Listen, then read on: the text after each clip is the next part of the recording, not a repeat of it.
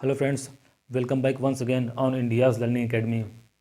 हमने पिछली कक्षा में इट और दिस का यूज़ करना सीखा।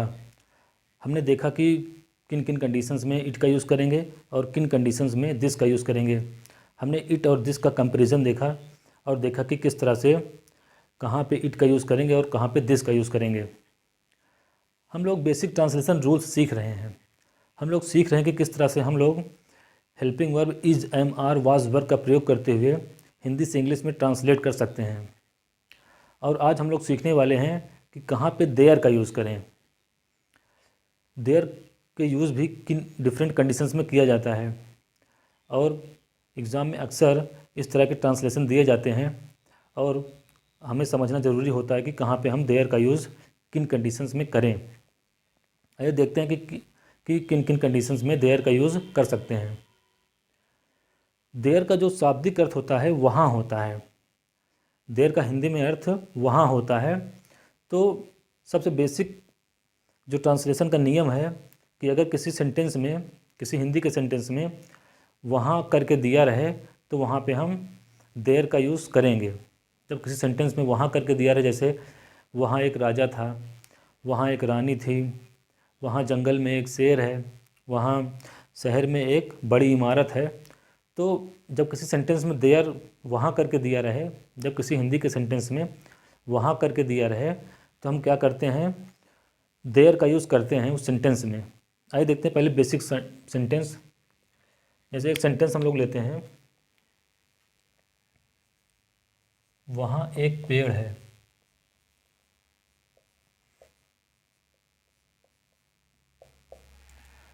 वहाँ एक पेड़ है, तो यहाँ पे क्या है, वहाँ दिया हुआ है। वहाँ दिया हुआ है तो हम क्या करेंगे, वहाँ की इंग्लिश से स्टार्ट करेंगे। वहाँ की इंग्लिश क्या होती है, there. There is a tree. वहाँ एक पेड़ है, देयर इज ए ट्री। तो जब किसी सेंटेंस में वहाँ करके दिया रहे, वहाँ एक पेड़ है, वहाँ एक घर है, वहाँ एक गांव है, वहाँ एक शहर है, तो वहाँ पे हम देयर का यूज़ सिंपल तरीके से कर देंगे। लेकिन कभी कभी सेंटेंस में वहाँ नहीं दिया रहता, तब भी हम देयर का यूज़ करते हैं। तो आज हम लोग सीखने वाले हैं कि ऐसी क्या क्या कंडीशंस होती हैं जहाँ पे हम देयर का यूज़ करेंगे। तो फ्रेंड्स, देयर का यूज़ दो कंडीशंस में किया जाता है।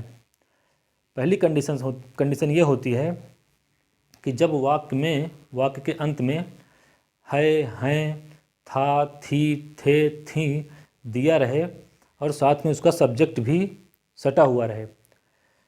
जो वर्ब है, हैं, था, थी, थे, इन वर्ब के साथ उसका सब्जेक्ट भी सटा रहे उसके साथ, तो वहाँ पे हम देयर का यूज़ करते हैं। ये हो गई पहली कंडीशन। और दूसरी कंडीशन ये होती है कि जब क्या होता है, जब कहीं पे क्या क्या होता है, किसी चीज़ का होना या ना होना पाया जाए। जब किसी चीज़ का कहीं पे होना या ना होना पाया जाए तो वहाँ भी हम देयर का यूज़ करते हैं। आइए देखते हैं, जब वाक्य में वहाँ नहीं दिया रहता तब कैसे वहाँ देयर का यूज़ करते हैं। दो कंडीशंस होती है। पहली कंडीशन होती है हैं, था, थी, थे के साथ क्या हो, सब्जेक्ट सटा रहे सेंटेंस का। और दूसरी कंडीशन होती है कि किसी चीज़ का कहीं पे होना या ना होना पाया जाए तो वहाँ पे देयर का यूज़ करते हैं। पहला क्या होता है, जब वाक्य के अंत में है, हैं, था, थी, थे, थी आदि आए तथा सब्जेक्ट क्या हो, उससे सटा हुआ हो, तो पहली कंडीशन ये हो गई, यहाँ पे देयर का यूज़ करेंगे। और दूसरी कंडीशन होती है, जिन वाक्यों में किसी चीज़ का कहीं होना या ना होना बताया जाए वहाँ पर भी क्या करते हैं, हम देयर का यूज़ करेंगे। इन दोनों कंडीशंस में क्या करेंगे, हम देयर का यूज़ करेंगे। इन दोनों कंडीशन में क्या करेंगे, हम देयर का यूज़ करेंगे।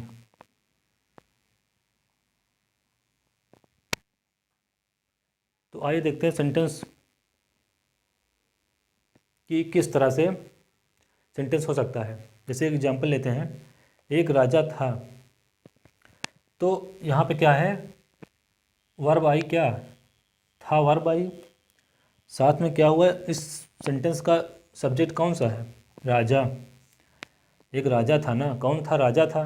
तो राजा इस सेंटेंस का क्या है, कर्ता धर्ता है, यानी क्या है, सब्जेक्ट है। तो ये क्या है आपका सब्जेक्ट है, ये क्या है आपका क्रिया है। तो क्रिया के साथ क्या है सब्जेक्ट सटा हुआ है। तो इस सेंटेंस में क्या यूज़ करेंगे, कहाँ कैसे शुरू करेंगे, इस सेंटेंस को हम देयर से शुरू करेंगे। इसी तरह ये क्या एक इसी तरह कक्षा में 50 लड़के हैं, यहाँ भी क्या है वर्ब क्या है हैं, और इस सेंटेंस का सब्जेक्ट क्या है लड़के। तो क्या है सब्जेक्ट यहाँ पे क्रिया के साथ क्या है सटा हुआ है। इसी तरह जंगल में एक शेर है, ये क्या है क्रिया है, ये क्या है सब्जेक्ट है सेंटेंस का, क्या है क्रिया के साथ क्या हुआ है सब्जेक्ट सटा हुआ है। गांव में एक कुआं है, कुआं क्या है सब्जेक्ट है क्या है आपकी क्रिया है, यहाँ भी क्या है सब्जेक्ट क्या है वर्ब के साथ सटा हुआ है। इसी तरह ये सेंटेंस है। ये हो गई पहली कंडीशन की है, हैं, था, थी, थे, थी आदि आए तथा क्या हो सब्जेक्ट क्या हो सटा हुआ हो। ये क्रियाएं आए और क्या हो सब्जेक्ट सटा हुआ हो सेंटेंस में, तो देयर का यूज़ करते हैं। और दूसरी कंडीशन होती है कि जिन वाक्यों में किसी चीज़ का कहीं होना या ना होना बताया जाए तो भी क्या करते हैं देयर का यूज़ करते हैं। एक्चुअली होता क्या है कि ये दोनों रूल्स, ये दोनों जो रूल्स हैं ये साथ साथ चलते हैं। पहली कंडीशन और दोनों दूसरी कंडीशन दोनों साथ साथ चलती हैं। आइए देखते हैं कैसे साथ साथ चलती हैं। एक राजा था, तो सब्जेक्ट वर्ब के साथ सटा हुआ है, ये पहली कंडीशन हो गई। और दूसरी कंडीशन क्या है किसी चीज़ का कहीं होना या ना होना बताया जाए। तो एक राजा था, तो राजा के होने के बारे में यहाँ बात हो रही है, तो दूसरी कंडीशन भी हो गई। तो क्या होता है कि ये दोनों कंडीशन साथ साथ चलती हैं। ये दोनों कंडीशन क्या होती हैं साथ साथ चलती हैं कि ये भी दिया रहता है वर्ब के साथ सब्जेक्ट सटा हुआ होता है और किसी चीज़ का कहीं होना या ना होना बताया जाता है, और दोनों कंडीशन क्या होती हैं साथ साथ चलती हैं। एक राजा था, राजा के होने या ना होने के बारे में बात हो रही है, साथ ही साथ क्या है था के साथ सब्जेक्ट सटा हुआ है। आइए देखते हैं जब इस तरह की कंडीशन दी हुई होती है हिंदी के सेंटेंस में तो उसको ट्रांसलेट कैसे करते हैं। ट्रांसलेट करने का बड़ा ही आसान नियम है कि इन कंडीशंस में क्या होता है देयर का यूज़ करते हैं, और देयर का यूज़ करते हैं तो सबसे पहले यही समझते हैं कि अफर्मेटिव सेंटेंस कैसे बनाएं, साधारण वाक्य कैसे बनाएं। सबसे पहले क्या यूज़ करेंगे देयर का यूज़ करेंगे। जैसे एक राजा था, तो इसमें क्या करेंगे सबसे पहले ये कंडीशंस हमको मिल गई, जब ये कंडीशंस मिल गई तो सबसे पहले क्या यूज़ करेंगे देयर का यूज़ करेंगे, plus helping verb. Helping verb कौन सी यूज़ करेंगे इज, एम, आर, वाज, वर। इनमें से जो भी हेल्पिंग वर्ब हो यहाँ पे सेंटेंस के अकॉर्डिंग वहाँ पे हम हेल्पिंग वर्ब का यूज़ कर देंगे। जैसे यहाँ पे था तो यहाँ पे क्या यूज़ करेंगे वाज का यूज़ करेंगे। उसके बाद क्या रखेंगे अदर्स।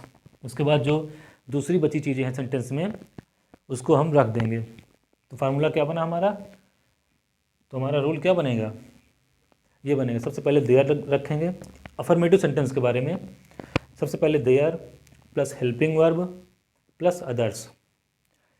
आइए देखते हैं एग्जाम्पल इसका।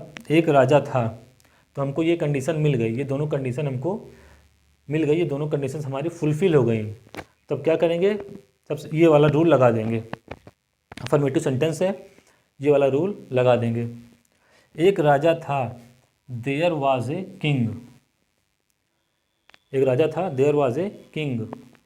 कक्षा में 50 लड़के हैं, हमको ये कंडीशन दिखी यहाँ से, तो क्या करेंगे हम ये वाला रूल लगा देंगे। सबसे पहले देयर लगाएंगे प्लस हेल्पिंग वर्ब रखेंगे, जो भी यहाँ पे हेल्पिंग वर्ब सेटिस्फाई करेगी उसको रखेंगे, प्लस अदर चीज़ें रख देंगे। कक्षा में 50 लड़के हैं, there are 50 boys in the class. कक्षा में 50 लड़के हैं, there are 50 boys in the class. जंगल में एक शेर है, हमको ये कंडीशन मिल गई, जंगल में शेर के होने या ना होने की बात हो रही है। साथ ही साथ क्या है सब्जेक्ट क्या है वर्ब के साथ सटा हुआ है। जंगल में एक शेर है, there is a lion in the forest. गांव में एक कुआं है, there is a well in the village. घर में एक लड़का है, there is a boy in the house. तो ये होता है कि कहाँ पे हम देयर का यूज़ कर सकते हैं किसी सेंटेंस में, जब ये कंडीशन दी हुई होती हैं, ये दोनों कंडीशन, तो हम क्या करते हैं सेंटेंस में देयर का यूज़ करके ट्रांसलेट करते हैं।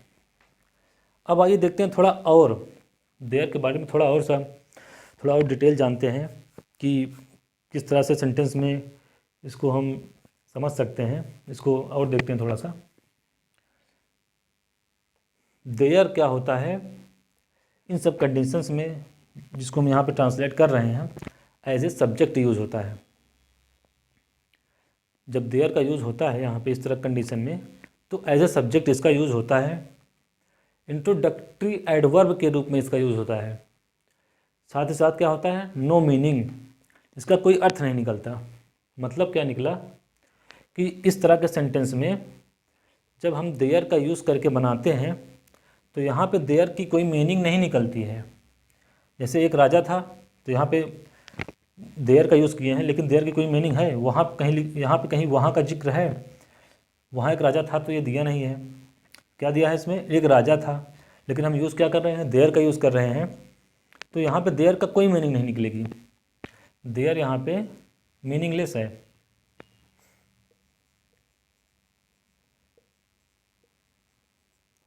देयर यहाँ पे मीनिंगलेस है। एज ए सब्जेक्ट तो काम कर रहा है लेकिन इसकी कोई मीनिंग नहीं निकल रही है। तो देयर क्या होता है, एज ए सब्जेक्ट काम तो करता है लेकिन इसकी कोई मीनिंग नहीं निकलती है। इस तरह से there are 50 boys in the class, there is a lion in the forest, there is a well in the village, there is a boy in the house. तो इन सब सेंटेंसेस में क्या है, देयर मीनिंगलेस है। एज ए सब्जेक्ट तो काम कर रहा है सेंटेंस का, लेकिन इसकी कोई मीनिंग नहीं निकलती है। It has no meaning in this types of sentences. अब क्या होता है, एक चीज़ और यहाँ पे हमने देखा कि इंट्रोडक्टरी एडवर्ब, देयर का होता है इंट्रोडक्टरी एडवर्ब की तरह काम करता है। इंट्रोडक्टरी मतलब क्या होता है, इंट्रोडक्शन, या किसी को इंट्रोडक्शन देता है, या सेंटेंस जो बनता है ये किसी को इंट्रोडक्शन देता है उस सेंटेंस के बारे में। एक राजा था, एक रानी थी, कक्षा में 50 लड़के हैं, कक्षा में 50 कुर्सियाँ हैं, शहर में 50 इमारतें हैं। तो क्या होता है, ये किसी को इंट्रोडक्शन देता है। क्या होता है, किसी को परिचय देता है कि चीज़ें वहाँ पे हैं या नहीं हैं। सेंटेंस में क्या होता है, जब देयर का यूज़ करते हैं तो वो बताता है कि किसी चीज़, कोई चीज़ कहीं पे है या नहीं है। तो क्या करता है, कैसे बताता है, ये इंट्रोडक्शन दे करके। यही मतलब हुआ इंट्रोडक्टरी एडवर्ब का, कि ये इंट्रोडक्टरी एडवर्ब की तरह काम करता है। मतलब किसी को बताता है कि क्या चीज़ें वहाँ पे हैं या नहीं है। एक राजा था, एक रानी थी, कक्षा में 50 कुर्सियाँ हैं, शहर में 2000 घर हैं, घर में 50 लोग हैं, घर में 10 लोग हैं।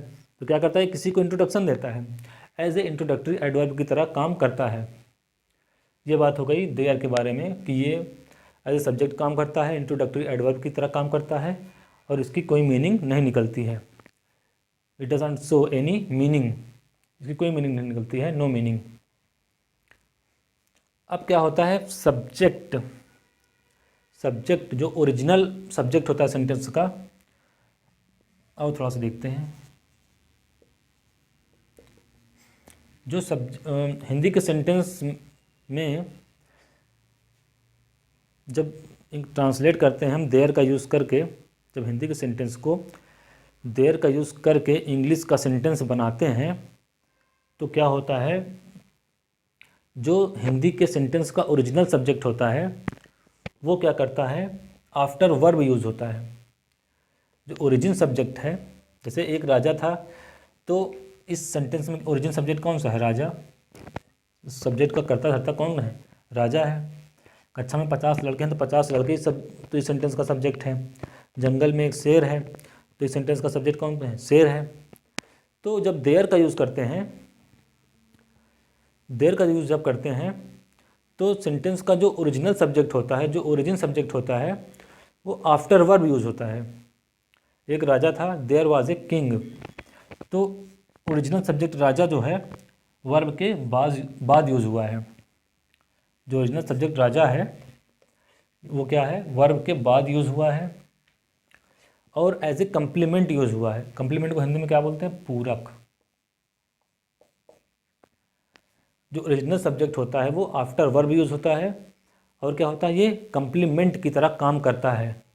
कम्प्लीमेंट का मतलब क्या होता है, कम्प्लीमेंट का मतलब होता है कि किसी सेंटेंस को पूरा करने के लिए जो वर्ड यूज़ होते हैं वही क्या होते हैं, कंप्लीमेंट होते हैं। तो क्या होता है इसमें देयर के यूज़ में, जब हम देयर का यूज़ करते हैं तो सेंटेंस का जो ओरिजिनल सब्जेक्ट होता है वो एज ए कंप्लीमेंट की तरह काम करता है।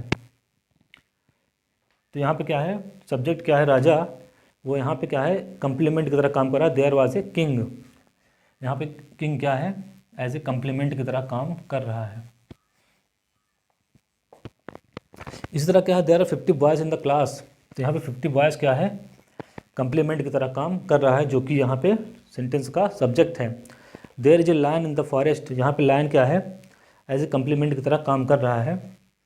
तो देयर का यूज़ करने पर क्या होता है, जो किसी सेंटेंस का ओरिजिनल सब्जेक्ट होता है वो कंप्लीमेंट की तरह काम करना शुरू कर देता है। तो फ्रेंड्स ये था अफर्मेटिव सेंटेंस, देयर का यूज़ करके किस तरह से हम अफर्मेटिव सेंटेंस को बना सकते हैं बड़ी ही आसानी से इन दोनों कंडीशंस में, जब क्या हो, है, हैं, था, थी, थे दिया रहे और क्या हो सब्जेक्ट उससे सटा रहे, साथ ही साथ किसी चीज़ के होने या ना होने की बात की जाए तो वहाँ पे हम देयर का यूज़ करते हैं। ये वाला रूल अपनाते हैं अफर्मेटिव सेंटेंस का। और फ्रेंड्स आज की क्लास के लिए बस इतना ही, और अगली कक्षा में हम लोग सीखेंगे किस तरह से हम निगेटिव और इंटीग्रेटिव सेंटेंस बनाएंगे देयर का यूज़ करके। तो आज के लिए बस इतना ही। चैनल को लाइक करिए, सब्सक्राइब करिए, शेयर करिए। Thank you so much for joining us.